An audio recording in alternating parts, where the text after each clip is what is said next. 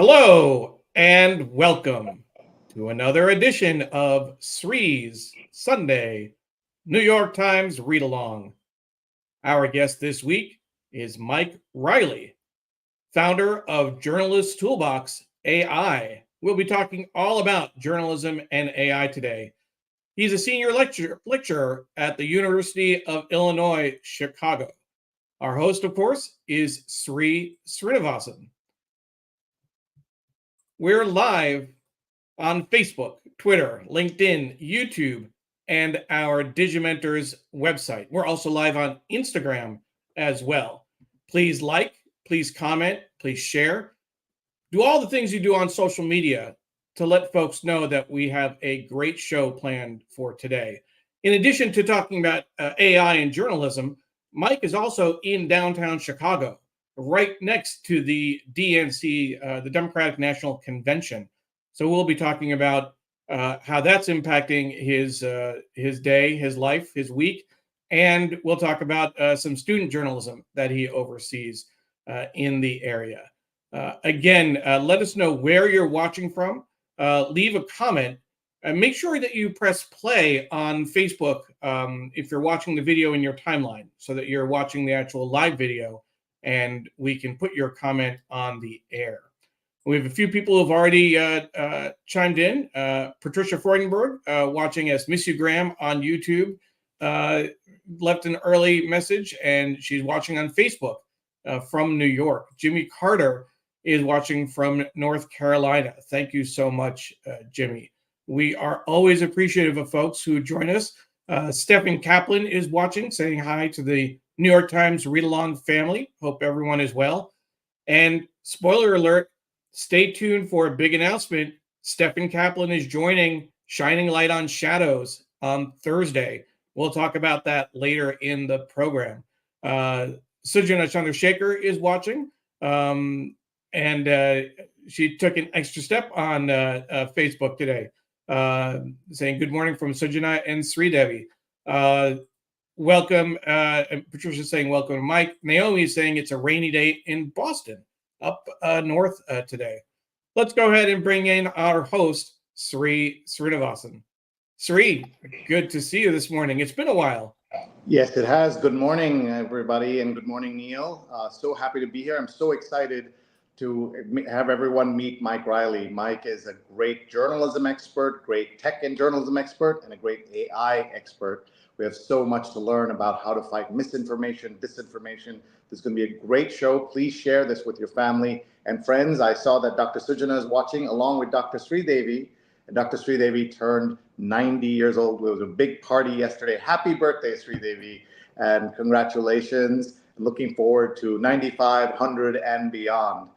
Thank you all for watching. We do this every Sunday. We read the Sunday New York Times out loud on Facebook, Twitter, YouTube, Instagram, LinkedIn, and also on Digimentors.group. Please share this live if you're watching with your friends and family. Just tag someone who cares about news and fighting misinformation. And then if you can't watch live, or they can't watch live, they can join us afterwards. This show is brought to you by our friends at Muckrack.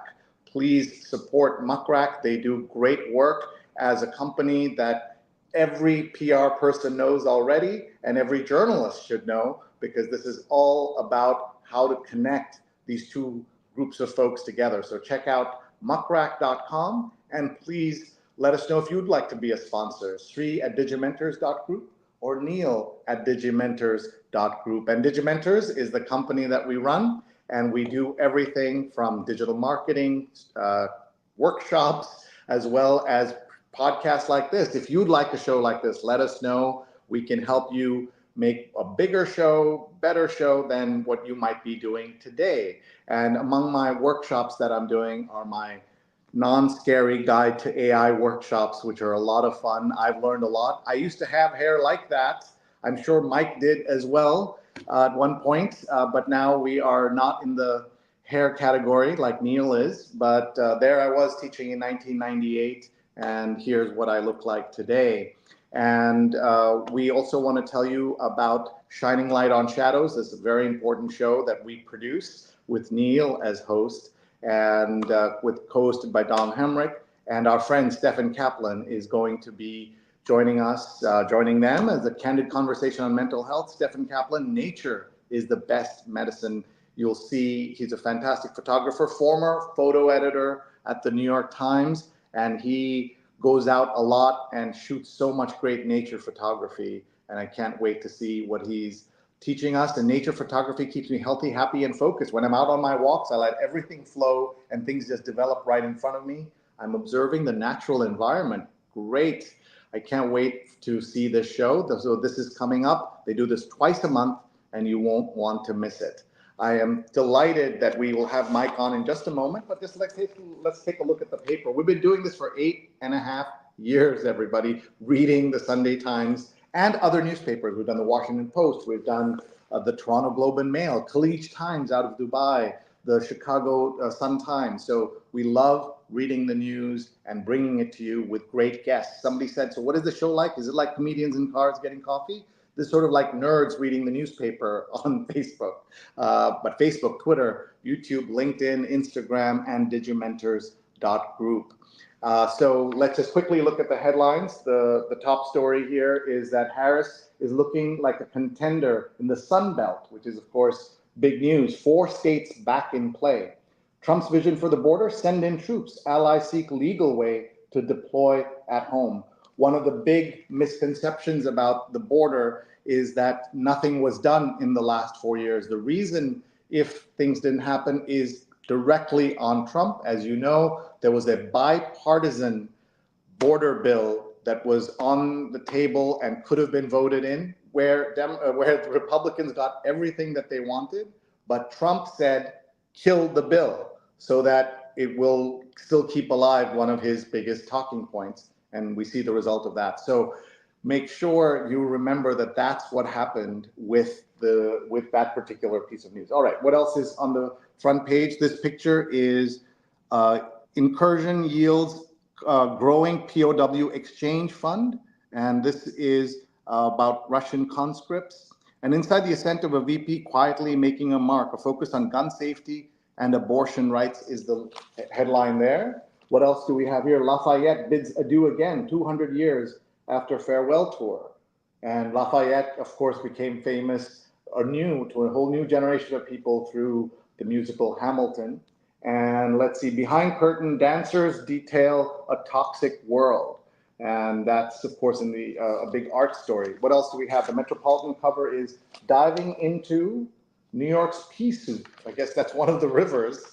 And the Arts and Leisure cover is the never-ending grind on making it in reality TV. Not easy to make it in reality TV. And here we have the book review cover is America a Christian Nation? Well, some people want to make it that. In Keeping the Faith, Brenda Wineapple finds an ongoing battle over the soul of the country in a century-old trial. And here's the Sunday Magazine cover. And what do we see here? Blindsided, a book and a hit movie made the football player Michael Oher, famous, but he has a different story to tell about his life. Now, if anyone's seen the movie The Blind Side, you remember the story of this amazing football player and the family that brought him in, took him in, adopted him, and all of that. There's a Michael Lewis book that was huge hit, and now there's another side to the story, and so he's telling that story. He was a very successful football player in the NFL, and I've read a little bit about this, but I don't know all the details. And the Sunday Business cover is How His Crypto Dreams Unraveled, and this is about Brock Pierce, who was a child star and then became a big crypto guy. And billionaire, daydreamer, provocateur. As chief of Palantir Technologies, Alex Karp has money and power. So what does he want? And we know a lot of billionaires are just out to ruin society right now. We know that, and others are doing good work, of course.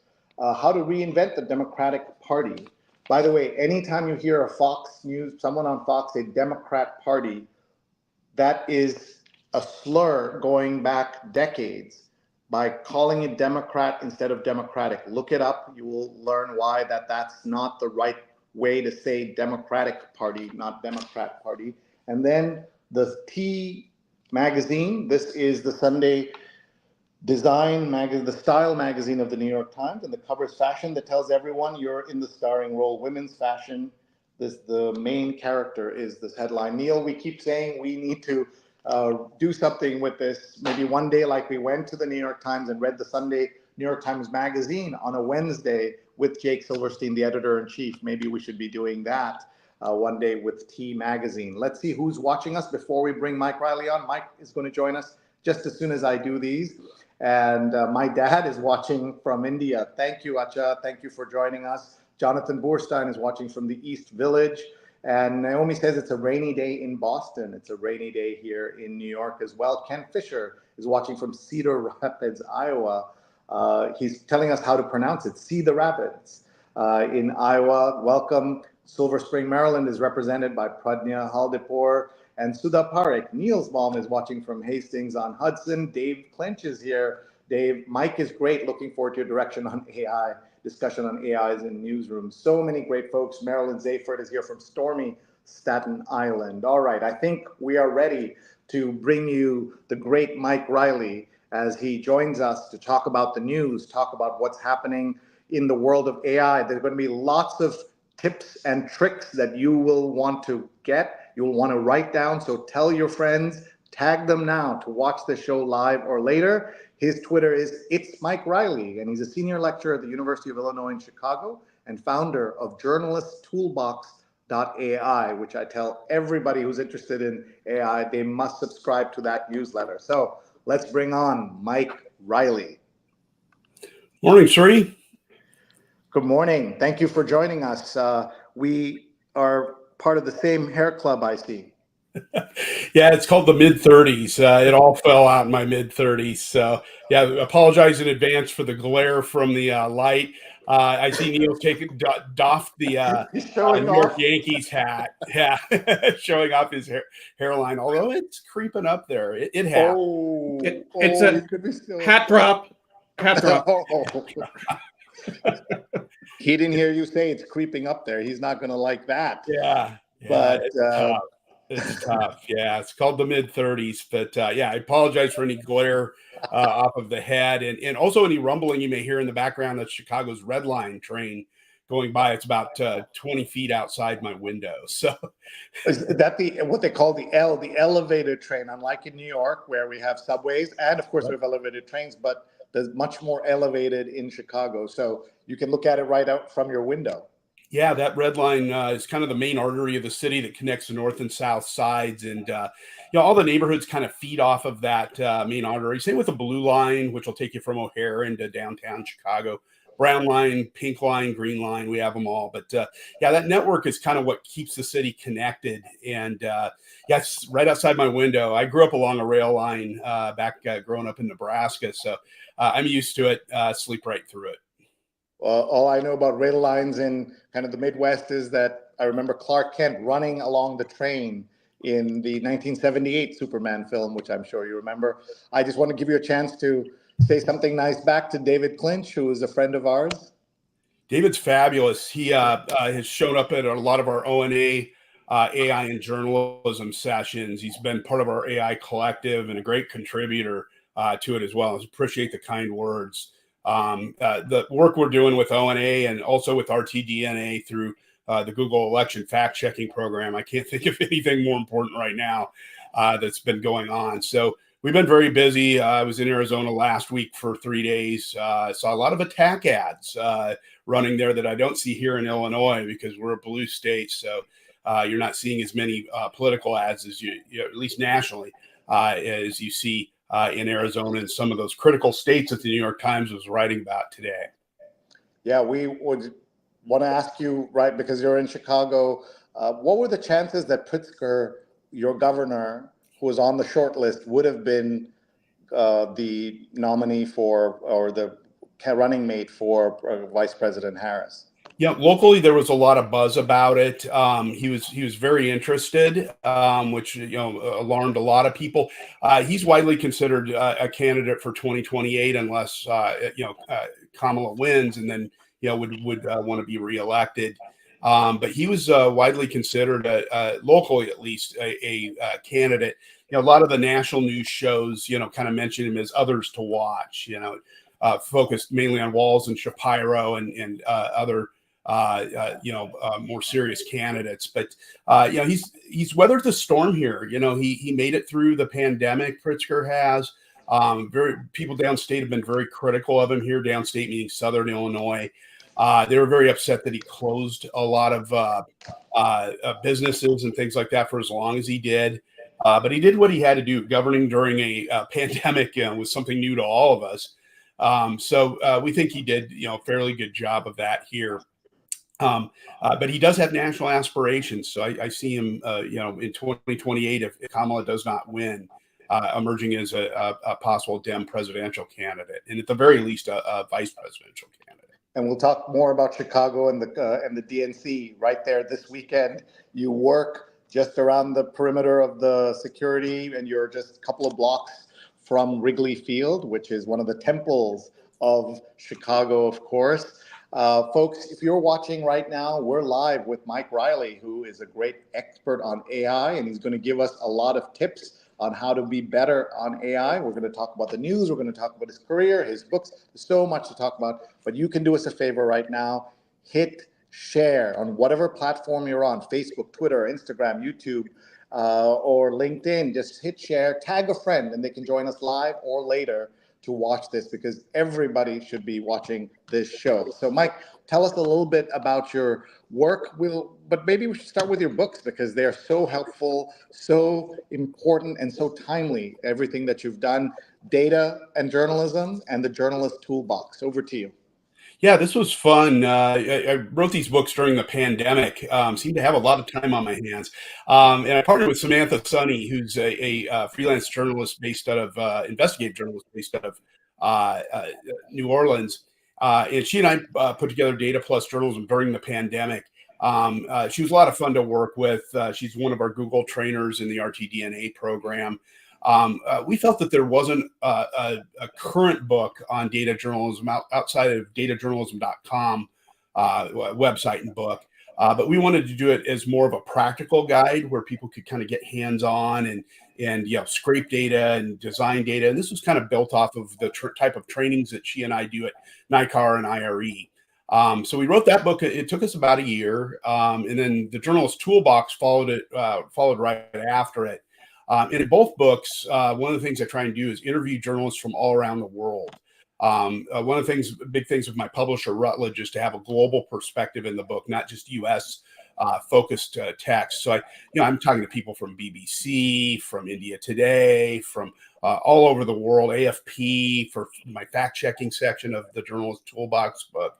And the Toolbox book, when I first started writing it, AI was just starting to come into its own. So I was working into the book as I was writing it. And it was interesting as, we went along, certain AI tools were emerging. So I'm going back into the book and adding it in and tried to keep it as current as I could. But, it's evolving so fast. More than 2,000 new tools per month are coming out.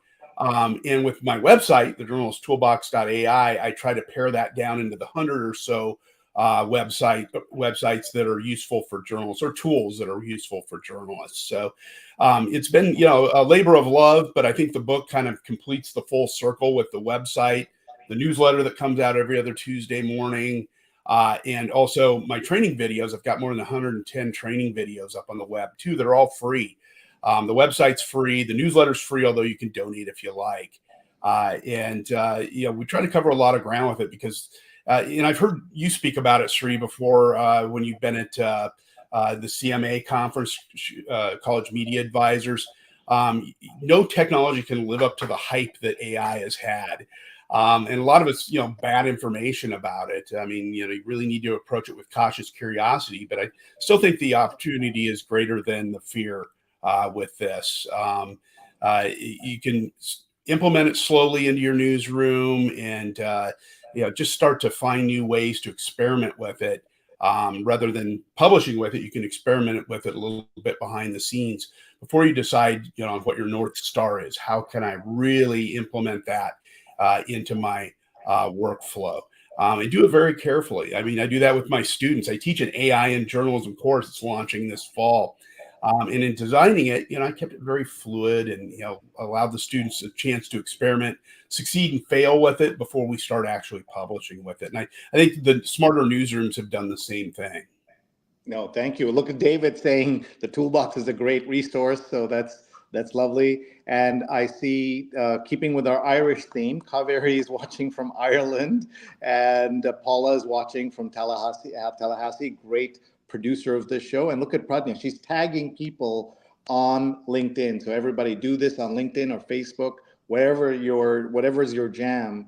Go ahead and do that. And Neil's reminding us, JournalistsToolbox.ai. So everybody, please check that out. So tell us about, AI isn't new, but it's suddenly become the obsession with a lot of people. Talk about that a little bit. Yeah, it's been around since the 1950s, and it was just underfunded as far as research for decades. It was kind of laughed off as, oh, the Terminator, and all this is just kind of hogwash. But really, we've been using AI and not even realizing it for years.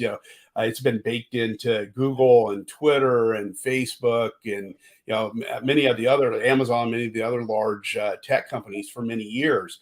It was just when Llama was released, a few years ago, that all of a sudden now I can create tools right on my website or on my laptop with them. Custom GPTs emerged. It became more accessible to the masses, and it's becoming more simpler to use. It's more intuitive than it's ever been before. But I've been playing around with AI specific tools that Google was building all the way back in 2017, 2018. It's anytime you type in a search into Google and it auto completes your sentence, you're using AI. And people forget that.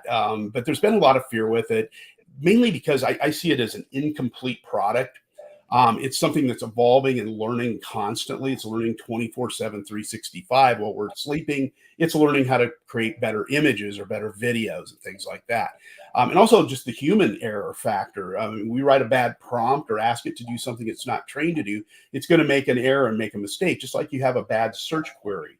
I remember when search engines first started. You remember that, Sri? We were, OGs in the tech world. 95, 96, you type in, bears into Yahoo.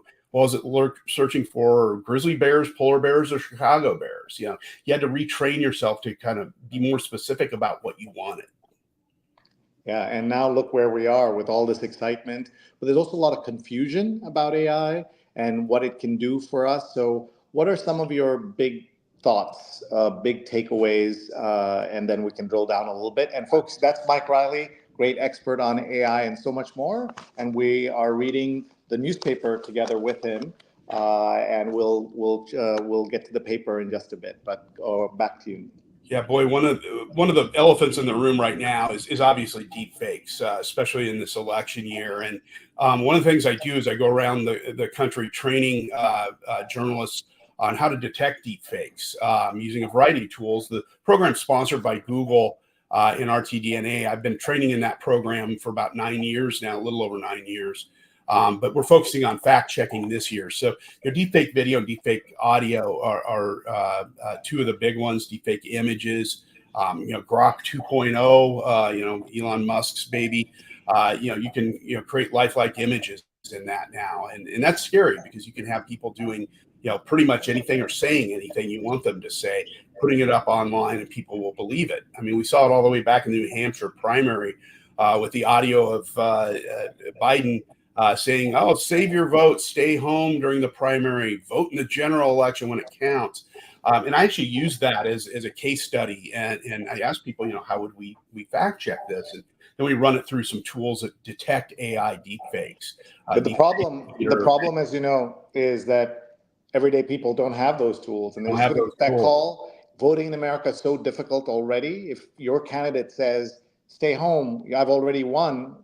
You may not want to go through. You want to hear that, right? And so they'll do that. By the way, you mentioned AI images, so I'm going to show you the shirt I've been wearing. This is someone made this for me. There's an AI image of me How would you rate this rate this image? It's not bad as a Pixar character. It got the hairline right, Sri. Got your glasses. Yeah, tie's a little loose on there. But yeah, those images are fun to create. There's LensGo and some of those tools that'll do those fun Pixar images. I'm going to weigh in.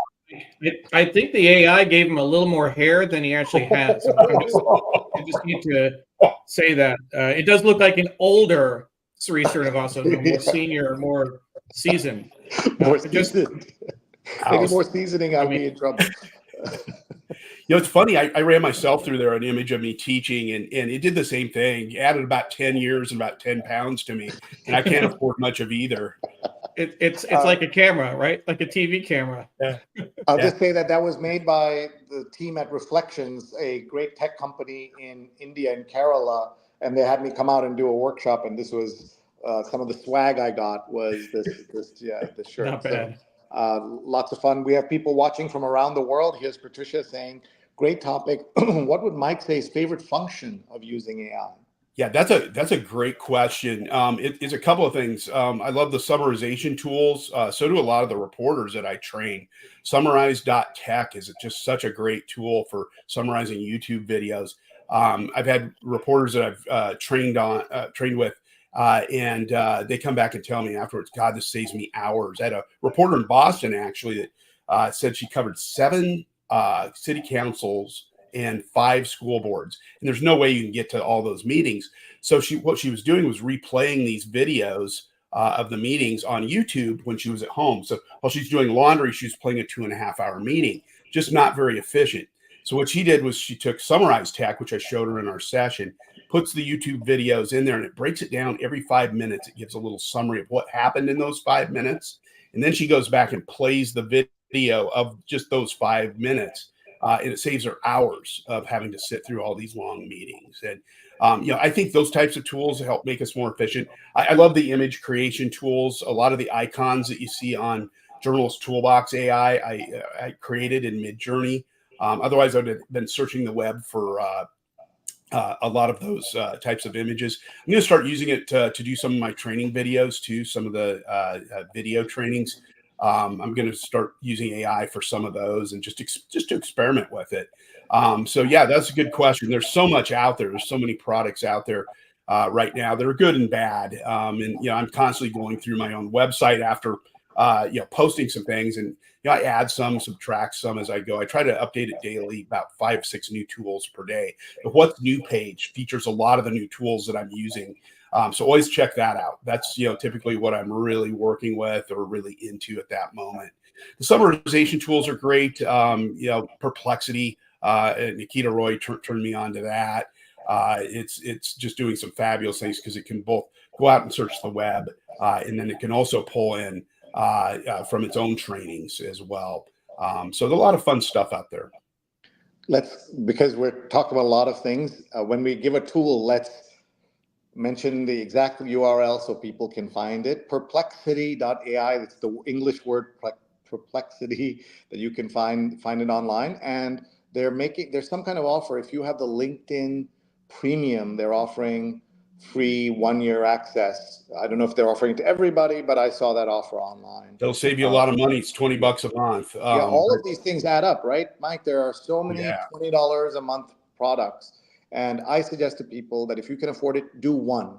Right. Find the one you like and then do that one for a year, see how that goes. But a year is a long time because these things change so quickly. And then the summarizing tool, just explain which one that is. Yeah, summarize.tech is the URL. If you type that in, I always talk in URLs when I'm doing my trainings. But yeah, summarize.tech is a fabulous tool. You can paste a URL from a YouTube video in there. And what it does is it goes through and analyzes the closed captioning, writes these short summaries, which I would never publish. But those short summaries can tell you if they did a vote or they're discussing something controversial. And then you can just play back those few minutes of the website. It's fabulous. And so that way you can double check. Just remember, anything summarizing can make mistakes because they're working off transcripts and things like that, and they can miss words. So just be careful. I want to say hi to our friend May, who's watching from New York City, as well as Alia, who's watching from Brussels. We're delighted that they're watching on Twitter. speaking of Twitter, John Lee says, this is a really eye-opening look at AI. Got me thinking. Thank you so much. That's wonderful. John's got a great podcast that everyone should check out as well. Summarize.tech, AI-powered video summaries. And here are some examples. And this is all great stuff that you can find on JournalistsToolbox.ai. It's called journalist in the name, but I recommend it to everybody to use. How do you sustain that when you're doing it all, you're giving it all away? Yeah, a couple of models I've had over the years. When I first launched this, it was back in 1997, the early days of the mainstream web, and it was just a link page off of my online syllabus. I was teaching news writing classes at Northwestern. Back then, we didn't have incubators and things like that, so we would just it was just this page, and I started working at WashingtonPost.com in 2000. And I saw a lot of the reporters were using it. And that's when I decided to make it a .com. And I sold ads on it. Some software companies, database companies, things like that were very interested in advertising on the site. So that, put money in my pocket. I use a cheap server. I do most of the work myself. Billy O'Keefe has designed some of the back end work on it. I've partnered with him on a lot of projects over the years. So the ads are part of it. The donations through the newsletter help as well. And then I get a little bit of money from the YouTube training videos, just, beer money there. But, over the years, it's, put a lot of money in my pocket. It was affiliated with API for a number of years, American Press Institute. It was with SPJ for 17 years until their board decided to defund it. I own the trademark to Journalist Toolbox, so I took it then and rebuilt it as this AI website. Well, we appreciate all you're doing. One of the things that I've learned, Mike, is that the more you give away, the more opportunities you get back. So I've seen that myself firsthand. So I definitely appreciate it. And I want to give you a specific shout out about my newsletter, because you recommend my newsletter on your newsletter and elsewhere. As a result of that, I get a lot of signups. So srinet.substack.com is my newsletter, srinet.substack.com. We'd love everybody to check it out. But Mike has been very kind over the years, not just this, but other things we've collaborated on. And check out everything he does online at JournalistsToolbox.ai. I'll tell you who my other big source of signups is. It's the journalist. There are multiple journalists who are constantly posting on it, but you really stand out, and I'm so grateful for that, because as we know, referrals make a big difference in this world of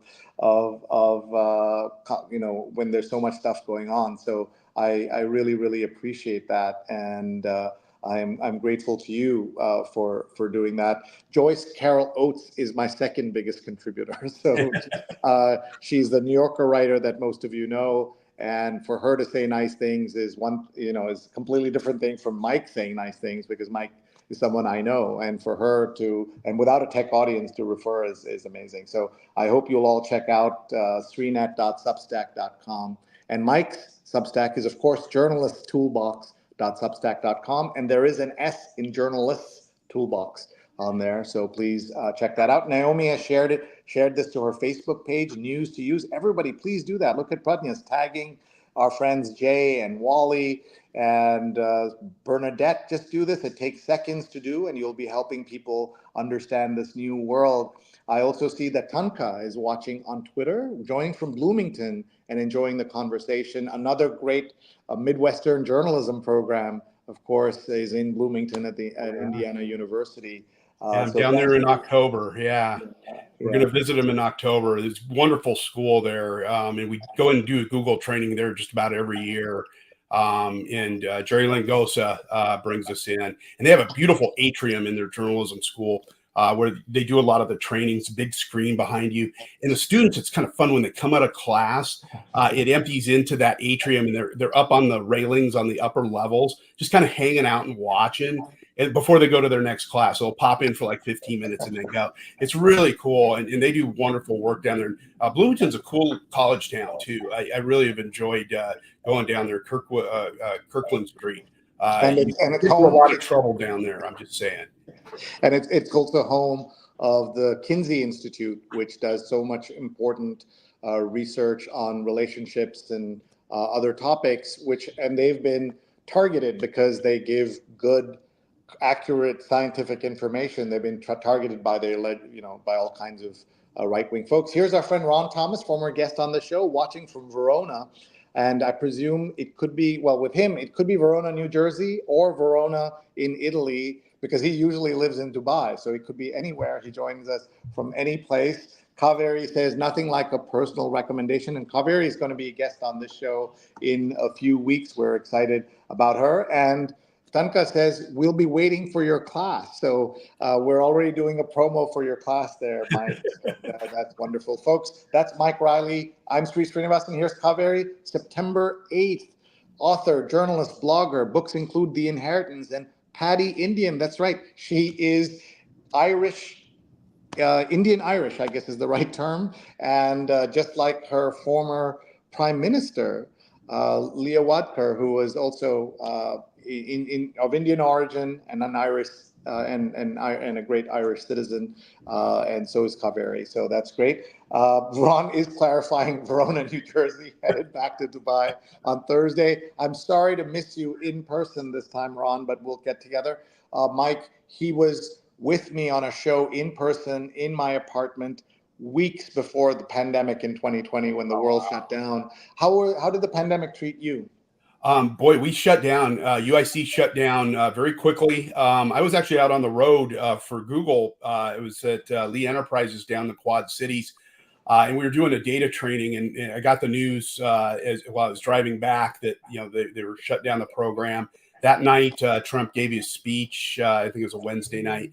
I had class Thursday morning with my students and taught them how to use a software called Zoom that they'd never seen before. And I go, load this on your computers. We're going to be very busy. I wish I would have bought stock in it. But we were online for the entire 2020-21 school year. And I teach a heavy load. I do 4 classes. So I'd be on Zoom from 8 a.m. till about 1:30. The year we came back, I was one of the first professors to come back and teach labs on campus. We had to wear a mask in 21-22 during the whole class, students and professors. And lecturing for 4 straight hours with a thin mask on was something I don't wish to live through again. But, it really hit us hard here. My wife currently has it. She's down the hall right now. I had it back in May. She has COVID again.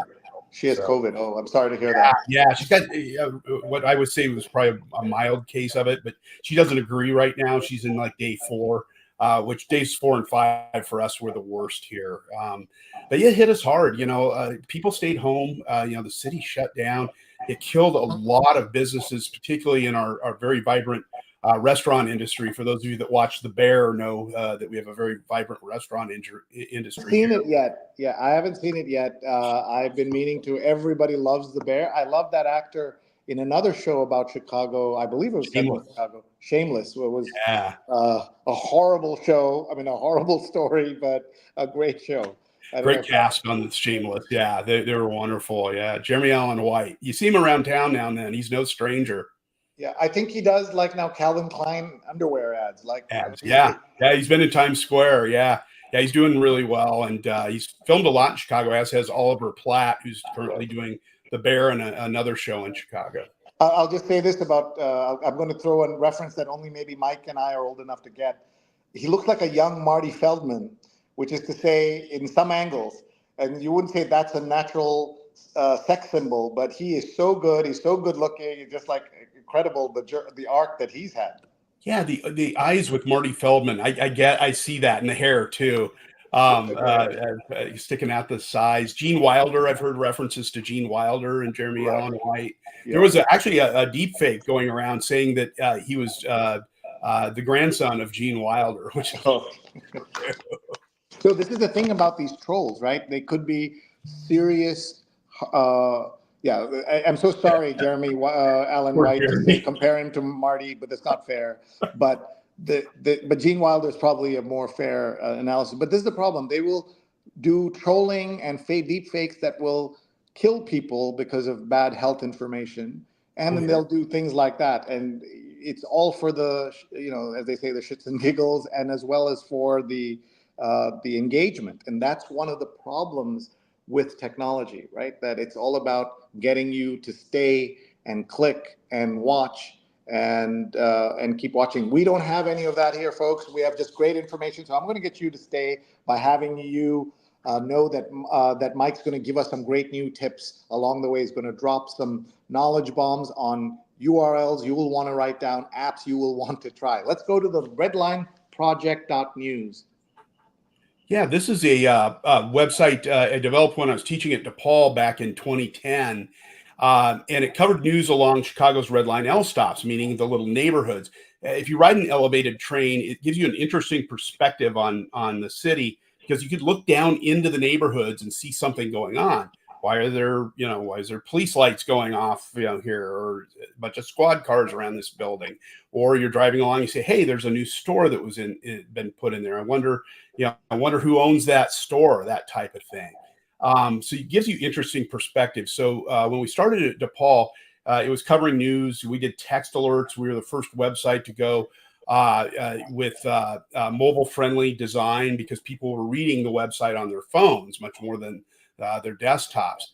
When I moved it over to UIC, I went and taught for a couple of years worked with Peter Badia at ASU.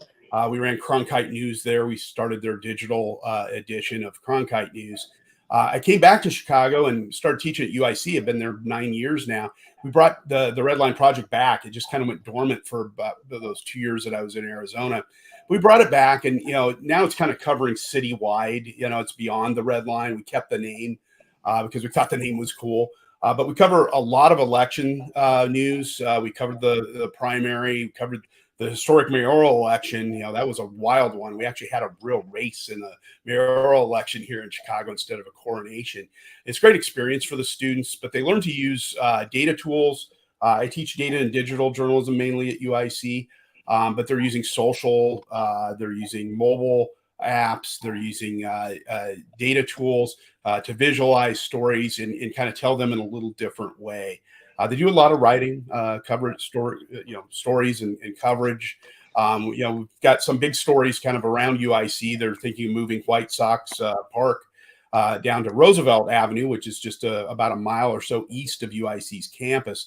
Would have a profound impact on the area. We've had a lot of crime in that area lately. And that would be an interesting move. Would sit on the southwest side of the city as opposed to being down on 35th Street, and not everyone in the city's happy about this. The south side is saying, hey, why are we moving, one of our great assets downtown? Although you couldn't tell by the way the team's playing lately. Historically bad. I think they tied the record for the longest streak of consecutive losses in baseball. Folks, that's Mike Reilley. I'm Sri Srinivasan. This is the New York Times Read Along. If I thought about it a little more, we might have done the Chicago Sun-Times Read Along or the Chicago Tribune did Read Along with Mike today. But what is your relationship, Mike, with print today? What are the print things, if any, that you subscribe to? Any products? Yeah, I still get a lot of magazines in print. I typically try to pick up the Sunday papers. It's hard to find the New York Times in Chicago anymore. There's about 2 miles west of me. There's still a newsstand that sells them. Also, Evanston has a very big, where Northwestern University is located, has a very big newsstand. But when I went yesterday to get one of the early editions, long gone. You got to be there at the crack of dawn. So I still get those. I don't get a daily delivered to me. Because I subscribe to so many online. And you travel so much. And by the way, one of the messages of this show is everyone, please subscribe to a newspaper. Not saying the New York Times or the Chicago Tribune, a newspaper anywhere in the world. It'll make a difference in the long-term viability of newspapers if people subscribe. And we've had a lot of people who watch this show who've said, I'm now subscribing to my local paper or the New York Times, which will take anything. Just please subscribe. Here is a lovely note from Amy McIntyre. She's talking to our friend Stefan, who says, I'm here thanks to you, way too early on the West Coast. She was posting this at 5:42 a.m. her time, but she says never too early for Sri. Amy, thank you so much. I'm very, very grateful to you for being here. Thank you for being part of the show. Everyone, tag a friend right now. They can join us. We're going to read the paper, and Mike is going to give us a lot more tech tips that they can watch live or later on the show. So before we go to the paper, give us one URL, one app that you really love. Yeah. One thing to feed off of what you said earlier about subscribing, not just to a newspaper, but any local news publication too. Here in Chicago, we have Block Club Chicago, which covers Chicago's neighborhoods. It does a wonderful job with that. As far as apps and tools, it depends on what your need is. I always use this process called pick, stick, dig, and dump. Pick a tool, stick with it for about 3 months. I do this with my apps all the time. I clean them off my phone all the time if I'm not using them. But dig into it, see what it can really do, and then don't be afraid to dump it. Dump the subscription if you can, before you invest too much money in it, because there's nothing worse than having a bunch of expensive apps on your phone or tools on your desktop that you just don't need anymore or aren't using. I think that's brilliant. And so pick, stick, and dump. Meaning, Yep. if you try different things out, this is what we were saying earlier about all these AI tools. I don't recommend paying for the 1-year subscription, even though there's a discount. Pay for the 1 month, either do the free trial or a 1 month at $8 or $20, whatever it is first, and then see if you want that, then pay for the longer term subscription. So we're giving the same advice. We do have a question for later about algorithmic bias in AI and just bias in general. So we'll talk about that in a few minutes. But let's get to the paper. It's we have about 40 minutes left with Mike Reilley, and how this works, folks, is that I'm going to kind of browse through the paper, and he's going to jump in wherever he feels comfortable commenting, and he will jump in and add to the conversation. And that's what makes this the Sunday Times Read Along. The front page of the New York Times is the lead story is Harris is looking like a contender in the Sun Belt. 4 states back in play. Times Siena poll shows Trump's lead there has evaporated. Trump's vision for the border, send in troops, allies seek legal way to deploy at home. So what I tell folks is that in a story like this, in the second paragraph, it needs to say that Trump killed a border bill, bipartisan border bill championed by a senator who is Republican.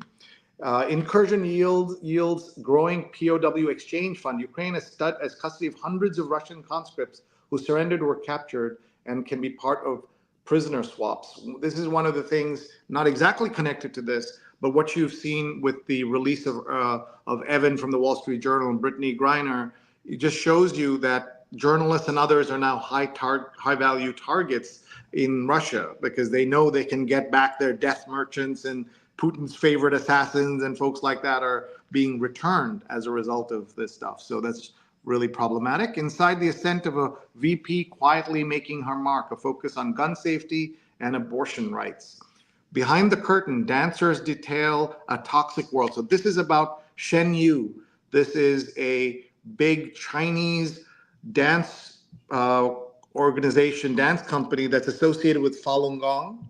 And they perform all over the world. I'm sure you've seen these in Chicago, at least the ads for them. Here are ads in Paris, Toronto, Taipei. They advertise everywhere, New York. But there's apparently a toxic world behind that. And Lafayette bids adieu again, 200 years after farewell tour.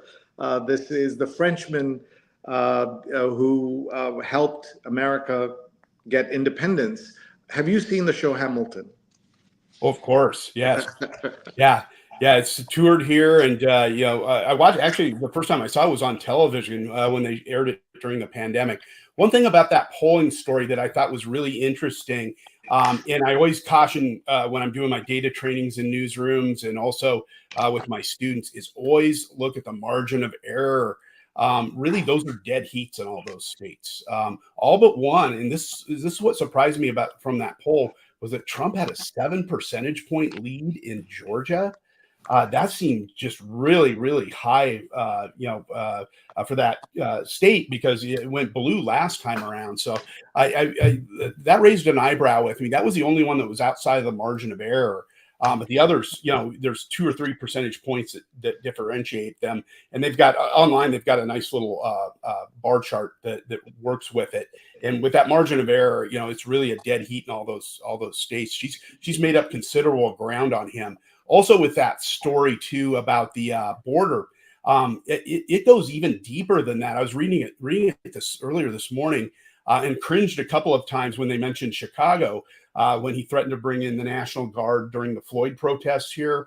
He threatened to bring in the National Guard too when we were having a lot of shootings right after the pandemic had started. So, that stretches beyond the border issue and into any type of uprising against the government, which is scary. Really problematic stuff, right? So we have to be very, very careful. Remember, and any polling story, that the question asked is if the election were held today, and the election's not being held today, with about 80 plus days to go. And that's really important for everyone to note. Let's see. Kids my age love Batman and Superman. I love Napoleon. Mark Schneider, an actor who portrayed the Marquis de Lafayette in Colonial Williamsburg since 1999. He's also an in-demand Napoleon, especially in Europe. How do the French think about having an American playing Napoleon all over Europe? Here are 5 films to stream right now on Netflix. Let me know if you've seen any of these. Call Me by Your Name, 2017. Glengarry Glen Ross, great film, 1992. Room, starring Brie Larson, in 2015. The Spectacular Now, 2013. And Judgment Day, that's Terminator 2, which I loved. You mentioned Terminator, and so that's what showed up here. By the way, the Times Magazine, the Style Magazine, is about people who make one product really well. And so they talk to people who make handbags, lots of different objects, including somebody who makes pizza. And you should know this about Mike, that if you invite Neil over for pizza, he loves ham and pineapple. Did somebody say pizza? Did somebody say pizza? He loves pineapple on pizza. Just remember, buy him lots of pineapple pizza. Unfortunately, Sri's connection got lost, and we can't hear what he's saying anymore. Unless he's willing to stop talking about pineapple on pizza. I don't know if he'll be able to make it back on the show.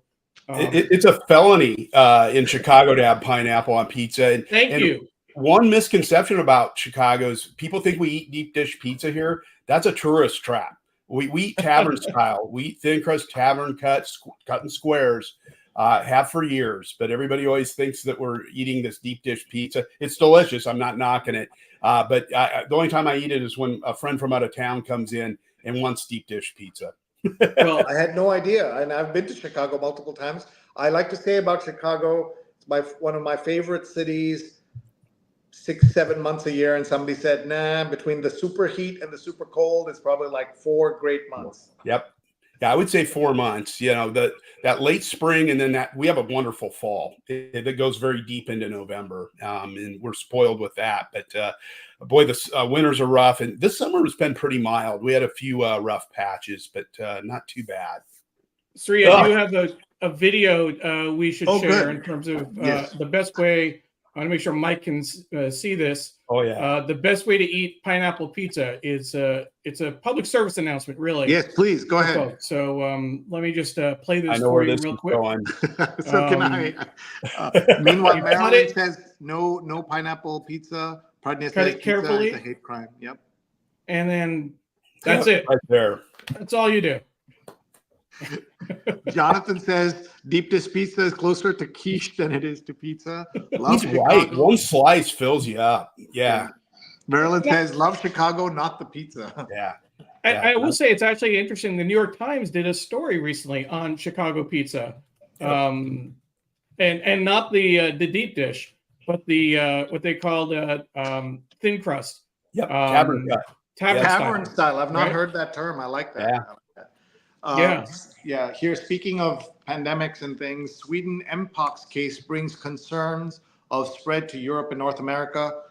That's one way to bring down the room after what we were just talking about. And Hurricane Ernesto drenches Bermuda. Israeli airstrike hits factory in Lebanon. And the most dangerous place in the world for children is the headline around that. And folks, tell us where you're watching from. Tell us what you're interested in the news, and we will read out your comments. South Koreans craving their own nuclear arms, fears of Kim and a possible Trump victory. On some Japanese beaches, dolphins spoil summer. You have this idea, Mike, that dolphins would be so great to have on in your cove or whatever, and now look at that. That's really scary. Here is the Nordic way: travel lightly, tread brightly. This is Colette. There's an ad for going through Scandinavia, I guess. And fresh mulch and wet paint. Chicago spiffs up for the DNC. About 50,000 people are expected for the convention. Some locals are thrilled. Others.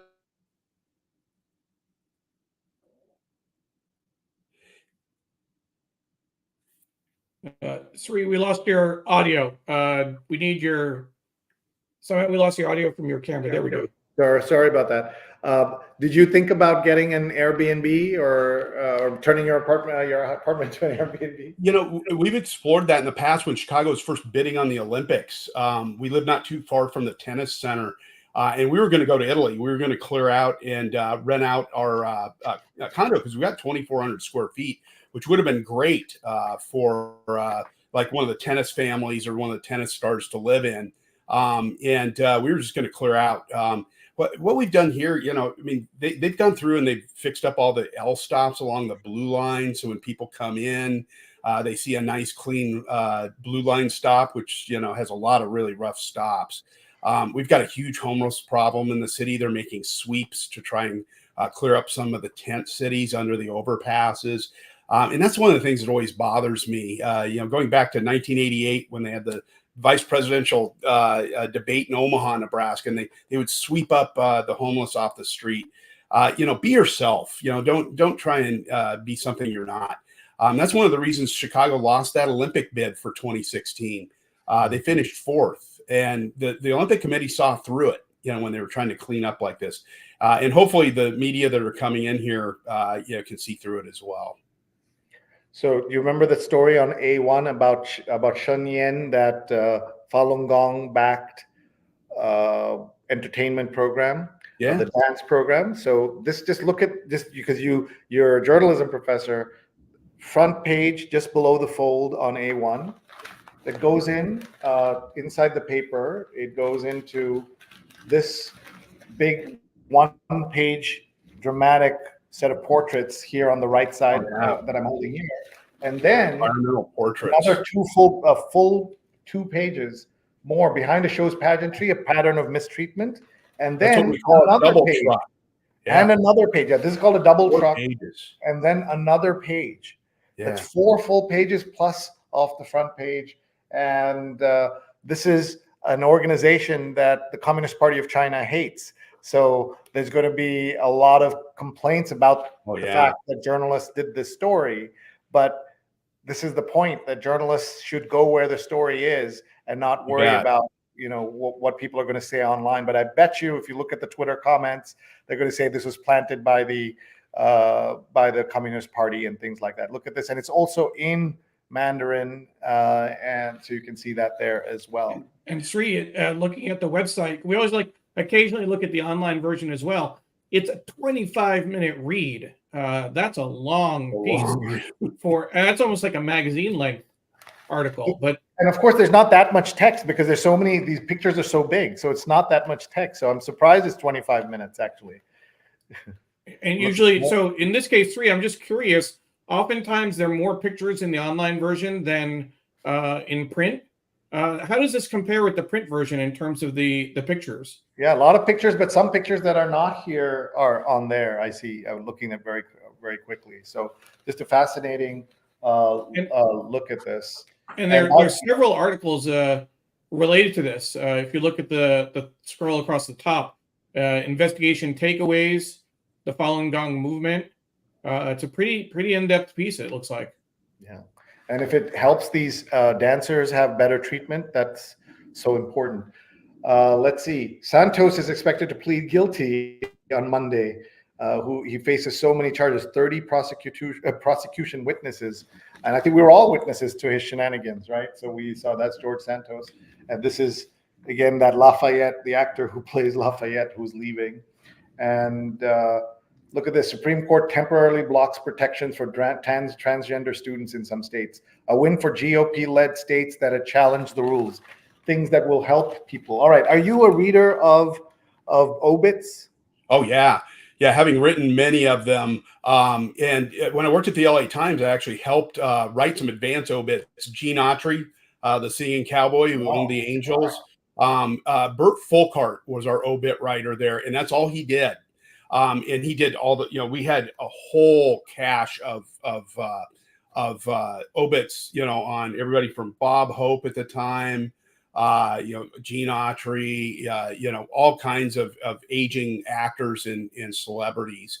And we would have an empty paragraph in the second paragraph, a little nut paragraph of so-and-so died of this on this date, and had all the, confirmation information there that we would just fill in. So we had an immediate obit. They actually had one ready, believe it or not, for Kobe Bryant when he died. No, are you serious? He had written an advanced depth piece on him, and they just plugged that and put it on top, and they had a near instant obit.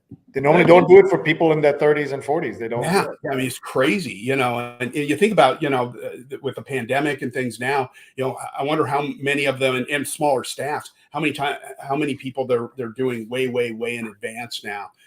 Because if you were on a beat or assigned to cover a certain topic, and they asked you to help Bert with an obit, you jumped at it because you could really help background him. And what's interesting is, you wind up having a byline in the paper years after you left, just because you contributed to a story 20 years ago.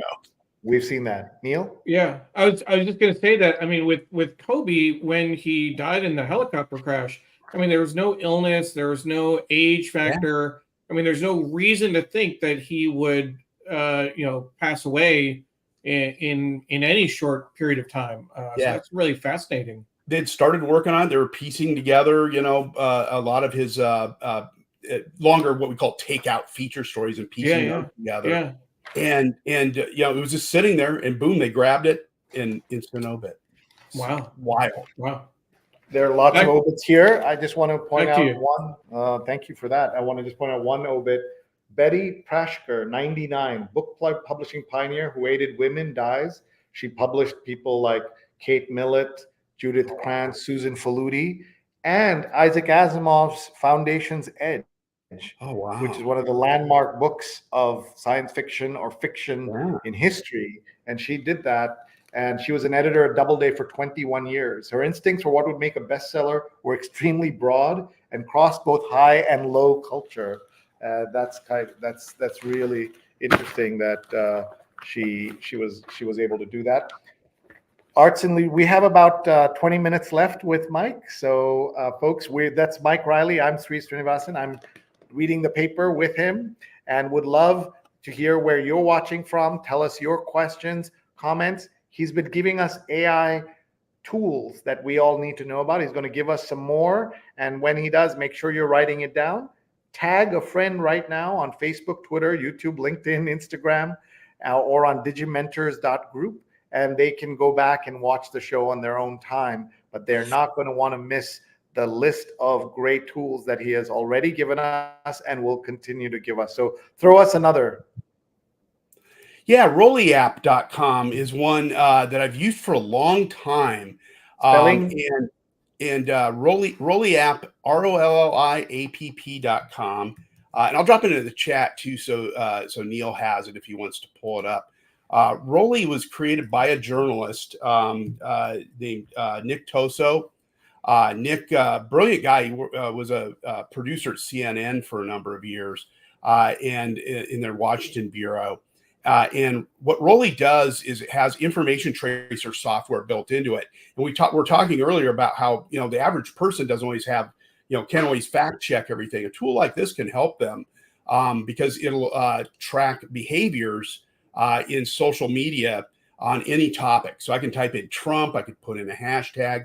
It'll give me some experts. It's free for journalists. Others have to pay a small fee. It's very reasonable. And you can track on Twitter, Facebook, Instagram, YouTube, and Reddit. Coming soon, TikTok. and you can see the top spreaders of information and disinformation. It tracks in Twitter the types of accounts, either a media account, a personal account, organizational account, or a bot account. Very helpful to know, who the bots are out online. I love this. Yeah. Reilley.app. Reilley.app. And And this is the thing about this kind of apps, that they evolve. I remember them getting in touch, Mike, very early. You must have told them to get in touch. I'm talking about like 5 years ago, 4 or 5 years ago. Oh yeah, it was before AI, and now they've become an AI tool. It was an expert database originally, and Nick, went out and raised a bunch of funding for it, and very effective tool. I use it all the time. My students use it. I put it in all of my trainings. You just work that information tracer software in there. You can type in any topic, climate change, candidate's name, and it's good for flagging that misinformation and disinformation type accounts. And anybody can use it. Wonderful. Let's go to arts and leisure. The never-ending grind of making it in reality TV. Can obstacle courses and the occasional backstabbing turn into a career? Yes. The cast members of the MTV show The Challenge, starting its 10th season, are finding out. I was worried it said 40th season, but it could be with those old shows like The Real World. I think that was one of the very first, right? It was Real World, Survivor. Yeah. Let's see. Speaking of for women in country, this is the artist Lainey Wilson from Louisiana Farm to Nashville. Give me your favorite bands or what's on heavy rotation on your playlist. Oh man, I'm all 80s. I'm all 80s all the time.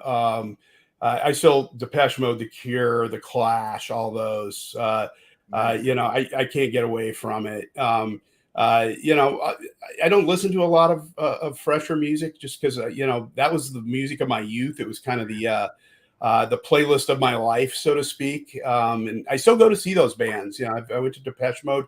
Green Day and Smashing Pumpkins were just over here at Wrigley Field on Tuesday night. My wife went. I couldn't go. I was in Arizona, and she said, Green Day sounded as good as they did, 20 some years ago. Wow. I mean, some of these bands, Foo Fighters too, were there about a year and a half ago, and they sounded great as well. I'll say one word about Green Day, which I love the band. I don't know all their songs, but I recommend everyone go to the Cleveland Rock and Roll Hall of Fame, which is Cleveland's a great town to visit anyway, but go visit this. And they have there like an essay that young Billy Joe Armstrong had to write for class. And he said, I'm going to grow up to be a rock star. We all write like astronaut, fireman, whatever. He wrote rock star. And they have that in the Rock and Roll Hall of Fame because, of course, he's either in it already or will be. And that's an incredible story about, how life works out for some folks, not everybody.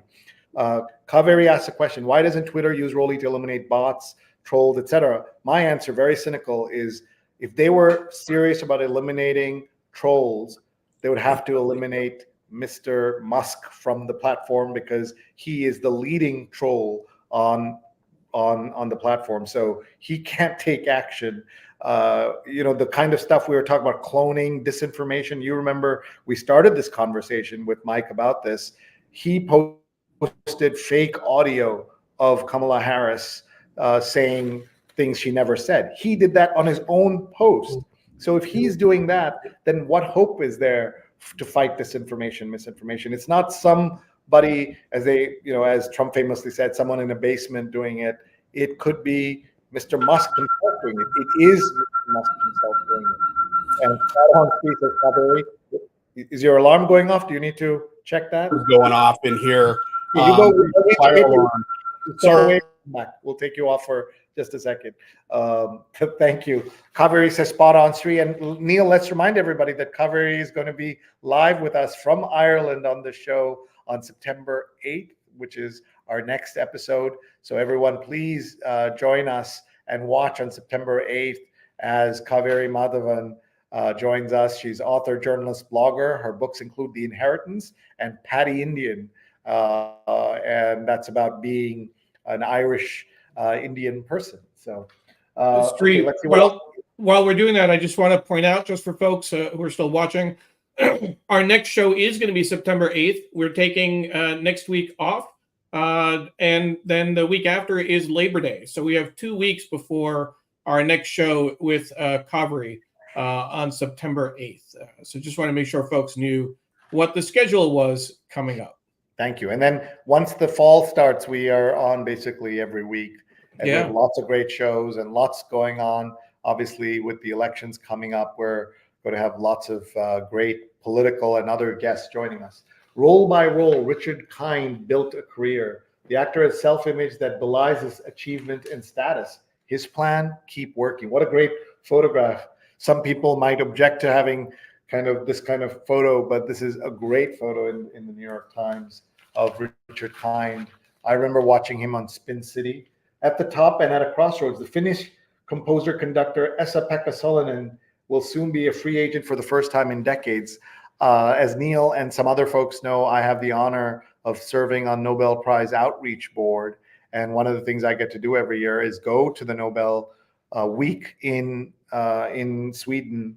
And there I get to go to the Nobel concert. And this past year, he was the guest conductor. It was amazing. I'm not a classical music guy, but I was riveted every single second. And that also reminds me that I want to tell you that on September 5th, the Nobel Peace Conference is in Oslo, and Neil and I will be working that event again. If you just look up Nobel Peace Conference online, you'll find it. It's all about women's rights, and I will be serving as digital co-host again. It was an honor of my life to do that last year, and Neil will be amplifying the show, the live stream and everything else. So it's going to be a great event. September 5th, early morning in the US. Neil will get up at about 5 a.m. and the event is Woman, Life, Freedom. So just search Nobel Peace Conference and you will get information on how you can sign up online. They just closed the in-person ticketing, but you can sign up online. And Neil, I told our colleagues, can you imagine in America shutting down a conference sign up 3-4 weeks in advance? It's impossible. We need people to sign up day of for a lot of things. That certainly is a lot. I saw your note about that. Yeah. Let's look at a couple of more things, folks. If you're joining us, Mike Reilley will tell us if everything is okay in just a moment. But thank you all for being here. We're going to join Mike in just a moment as I just look at the news here. The Sunday Styles cover is Billionaire Daydreamer Provocateur, about the chief of Palantir, which is a big tech company. And he has a lot of Rubik's Cubes here. Were you a Rubik's Cube guy? Oh, God, yes. I loved it. Oh, my God. Yeah, played it all the time. This looks like one of those bigger ones, not just the six-sided one. I mean, the 6 cubes or whatever you call it. But first, is everything okay at home? Oh, everything's fine. That was my house alarm that went off. We must have had a power short or something. Oh, no. I just went down and secured all the doors, made sure we were okay. We live in a nice neighborhood, but we've had a lot of crime here in Chicago, so we take that seriously. So yeah, for some reason it hasn't done that in years, but it decided to do it right during the show, which was just perfect. I thought maybe the bad guys realized you're occupied live on TV, so that you're they didn't want to be live streamed. Exactly. Digging for digital success, Daisy Ailoto has big ambitions for a media empire built around the newsletter Dirt. So I want to learn about that. And we're seeing some folks with digital success. So this is part of the show. We didn't tell him. We're going to put him on the spot. And this is the Philip Gallan social etiquette column, where if Mike looks worried, there's no right or wrong answer, Mike, but we're going to read you a question and then you're going to give us the answer. No right or wrong answers, and then we'll hear what Philip says. Okay, for my 60th birthday, I gave a destination party. I didn't know you could do destination parties for 60th birthdays. But when I invited one friend, I mentioned that another friend was coming. The friend and I was inviting declined immediately. She said she didn't like my other friend and didn't want to spend time with her. Folks, this is not middle school. This is a 60th birthday party. I was taken aback and said nothing. Had our roles been reversed, I would simply have said that my calendar was too crowded. My feelings about this friend have shifted since our exchange. Your thoughts? Yeah, I mean, sometimes I've been invited to things that I'm like, I don't necessarily, care for those folks, and I opt out. Hey, I'm traveling. I always lay down an excuse. But the other person's reaction is interesting. You can't always assume that your different groups of friends are going to get along.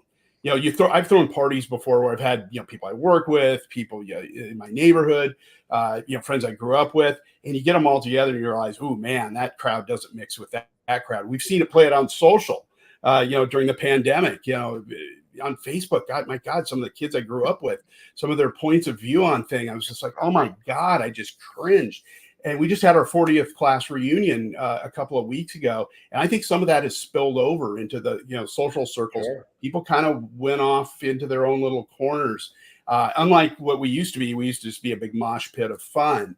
And, so I see that, how people are reacting to, oh, well, my friend doesn't like this friend, and they get upset about it. Don't worry about it, man. You're going to have friends that get along, some that don't. Yeah, I agree. So let's see what Philip says. Philip is a great columnist, and Neil, we need to book him. Hosts of destination events sometimes lose sight of what they're asking of their guests. Days of leisure time, the expense of travel and lodging, the extended contact with other guests. That's a lot. So it strikes me as a little self-centered that you would begrudge your friend her directness. Of course, she could have been more tactful, just as you could have made your invitation in a way that didn't put her on the spot. Yeah. Spoiler, not all our friends get along. Yeah. I would let this go. Philip, watch out. Mike is... Yeah, I'm gunning for you. Channeling you. Yeah, just from experience, it really is tough sometimes. Not every crowd you run with is going to see each other the same way. I mean, we're all, at the end of the day, we're all human beings, By the way, again, if anyone's watching and wondering what the heck I'm wearing, that's me. I presume 20 years older, but I won't have skin like that at 20 years older. I don't have skin like that now. Look how smooth that is. And powered by AI, designed by Reflections. I didn't think I would have any occasion ever to wear this, but because we had Mike, the great Mike Reilley, the AI expert from Journalist Toolbox, I had to have this on for all of you to see. And you're watching the Sunday New York Times Read Along. We air 8:30 to 10 a.m. live on Facebook, Twitter, LinkedIn, Instagram, YouTube, and Digimentors website. So please join us every Sunday. We're off for a couple of Sundays, but come September 8th, we're going to have Kaveri Madhavan from Ireland joining us, a great Irish writer.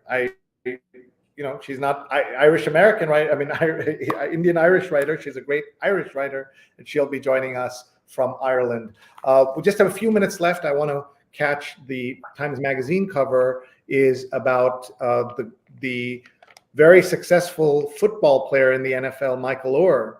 And the story is, some of you will remember Sandra Bullock played his adoptive mother in the movie The Blind Side, which was a huge success. I think she won an Oscar for that movie. And now he's telling his side of the story.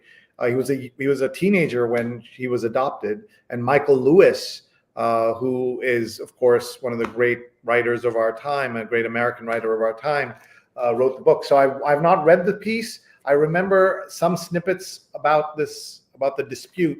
So I wonder how that's going to turn out and what Michael's going to say.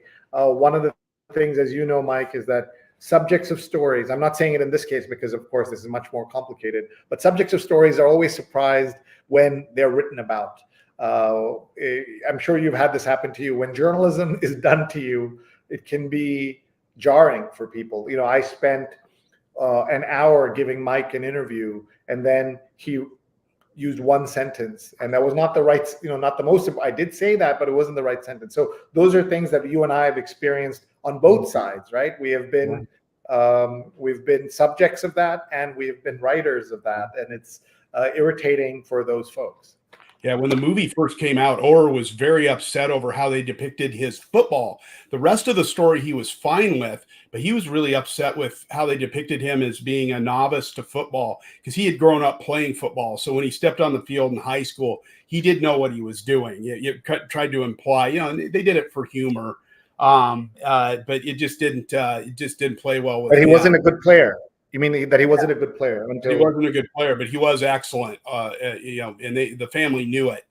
He's had a big falling out, with the family over many other things as well, including money. Yeah. Yeah, including money. Yeah, I mean, he's one of the highest paid players on a team. I covered the NFL early in my career. I covered the Rams and the Bears for about 3.5 years, and the left tackle, his tackle position behind quarterback, maybe defensive end, and maybe a wide receiver is one of the highest paid positions on the team. And that's kind of the opening of the movie.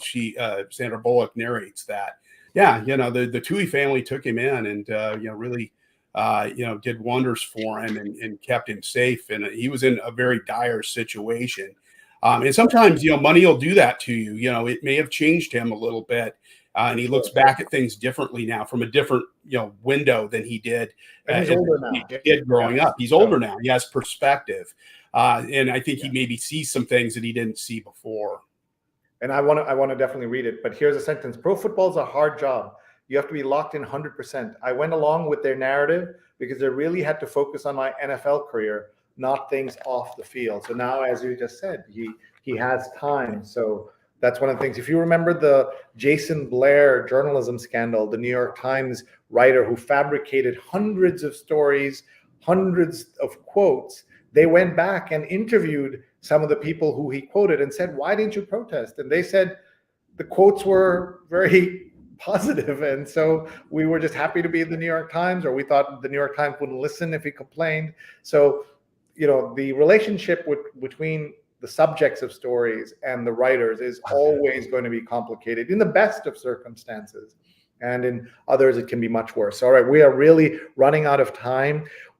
What we want to do now is give Mike a moment to catch his breath and come back with a couple of great tools and tips that we should know. And we will do some housekeeping and he'll come back and do that. And then we'll be done in a few minutes. Folks, that was Mike Reilley. What a great show. Neil, come back on. I loved talking to him. He had so much for us to learn, not just about tech, but about journalism and how it works and what it does and what it means in today's world. So I'm so glad we were able to make this. This show works, Neil, because you get our guests, you work with them, and you pull out these great stories for me to share with our audience. So thank you for your work day in and day out on this show. We have a couple of moments before we bring him back. Let's tell them and remind everyone about our sponsor, and that's Muckrack. Thank you, Muckrack, for supporting us. Everybody check out muckrack.com. They are the most important site that connects journalists and experts and journalists and PR people. So please take a look at that. And if you'd like to be a sponsor, we have very reasonable rates, and we can put together something that supports the show as well as helps you out in everything you're doing. So thank you very much. We are very grateful to Muckrack. We also want to do a shout out to our colleagues at Digimentors for everything they're doing for us. Digimentors.group. We do strategic communications, events, podcasts like this. If you would like a podcast, please let us know, and we will help you put one together. We've done conferences, workshops. Just the other day, you would think there isn't interest in having things that are online shows anymore because the pandemic is over. But Neil got to work on a show for our client, the John and Lillian Miles Lewis Foundation, and it was an event with Bill Clinton, and he had to be there in person, but they were still doing an online version as well. It just tells you how much there is still interest in this kind of topic. And Neil is doing his own show. I'll let you plug your own show, Neil. Sure. Thank you. Thank you, Sri. And again, thank you so much for your support of the show that we are hosting. It's Shining Light on Shadows, a candid conversation about mental health. Dawn and I started the show in February of this year. We're up to episode 14. And our guest is our very own Digimentor colleague and good friend, Stefan Kaplan. We'll be focusing on nature is the best medicine. If you are friends with Stefan or follow him on social, Spin It Social on all channels, you'll see a lot of his photography, particularly from the celery preserve near his house in Ramsey, New Jersey. The blog post, which we'll be publishing, nature photography keeps me healthy, happy, and focused.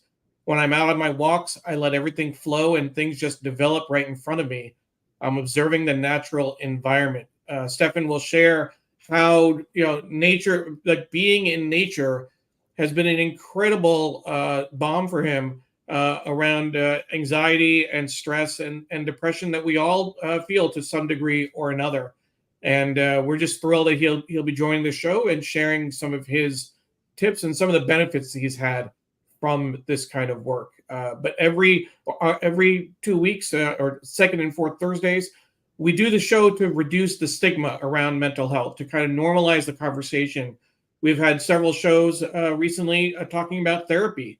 The last episode was talking about online versus in-person therapy.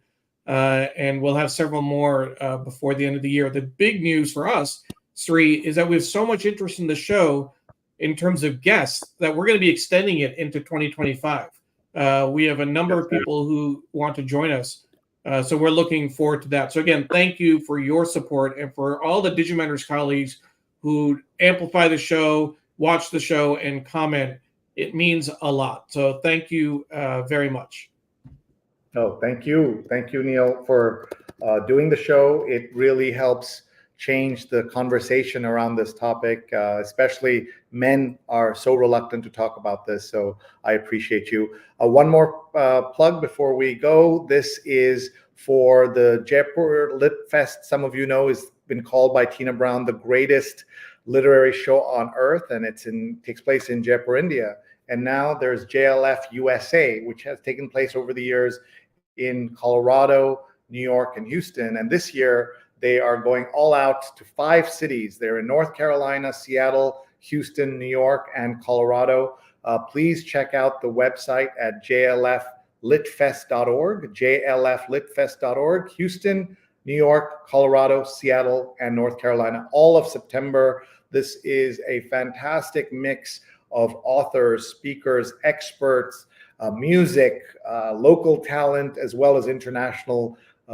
Great folks are going to be there. The greatest literary show on earth is what is the way that was described by Tina Brown. So I think we're now ready. By the way, everyone can go to jlflitfest.org to sign up, jlflitfest.org. I'm interviewing Neil, the great director, Shekhar Kapoor in New York. Shekhar was the director of Elizabeth, the 2 movies about Elizabeth, and The Bandit Queen, which won international acclaim.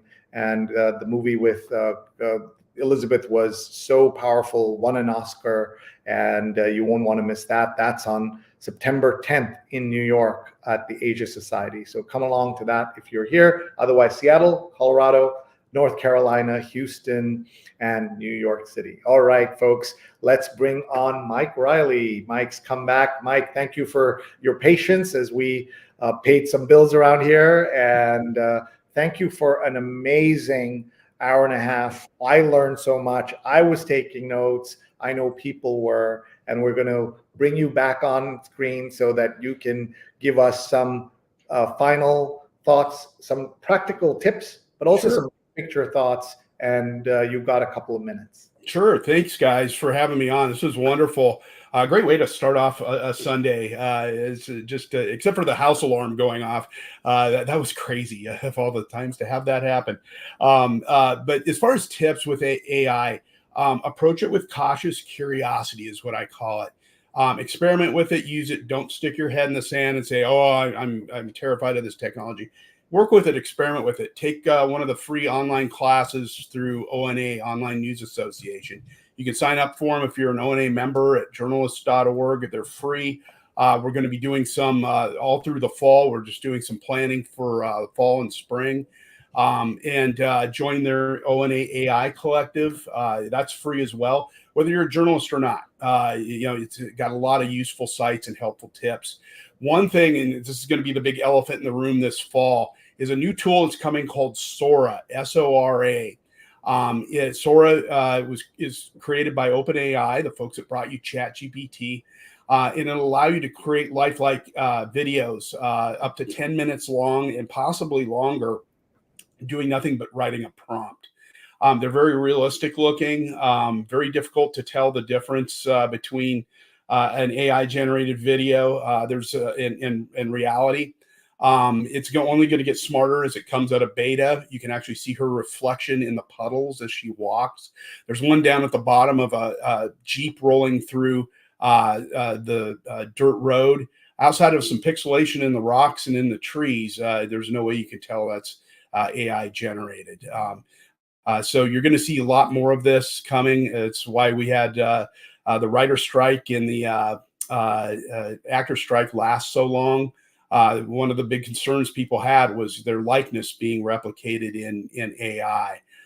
So the tools are getting smarter, getting better, and that can be very good, but also very bad if they're in the hands of some bad actors. So buyer beware, but do experiment and work with it. Experiment with it and work with it. It's going to be part of our life moving forward. This was predicted 40 years ago in the Terminator movie with Linda Hamilton, where she tells the hero, she goes, well, that technology doesn't exist yet. And he told her in 40 years it will. And that movie was made in 1984. It's now 40 years later, and that technology does exist. Thank you so much, Mike. You were just great. I really appreciate the note on Sora.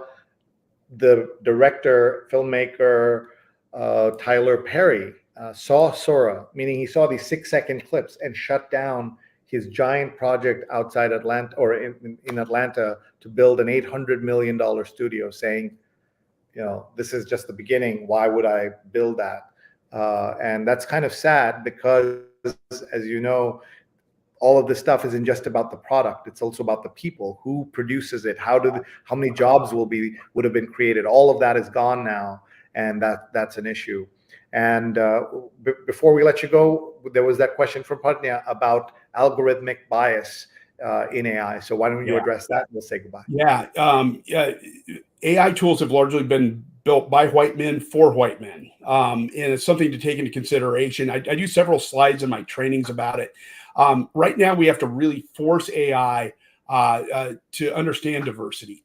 We have to ask, if you're creating an image, like some of the images on Journalist Toolbox, those little icons, I had to tell it that I wanted, a diverse group of people in the vector graphic image of the group of people standing around in the workplace. I had to tell it to be diverse, both in ethnicity and in gender.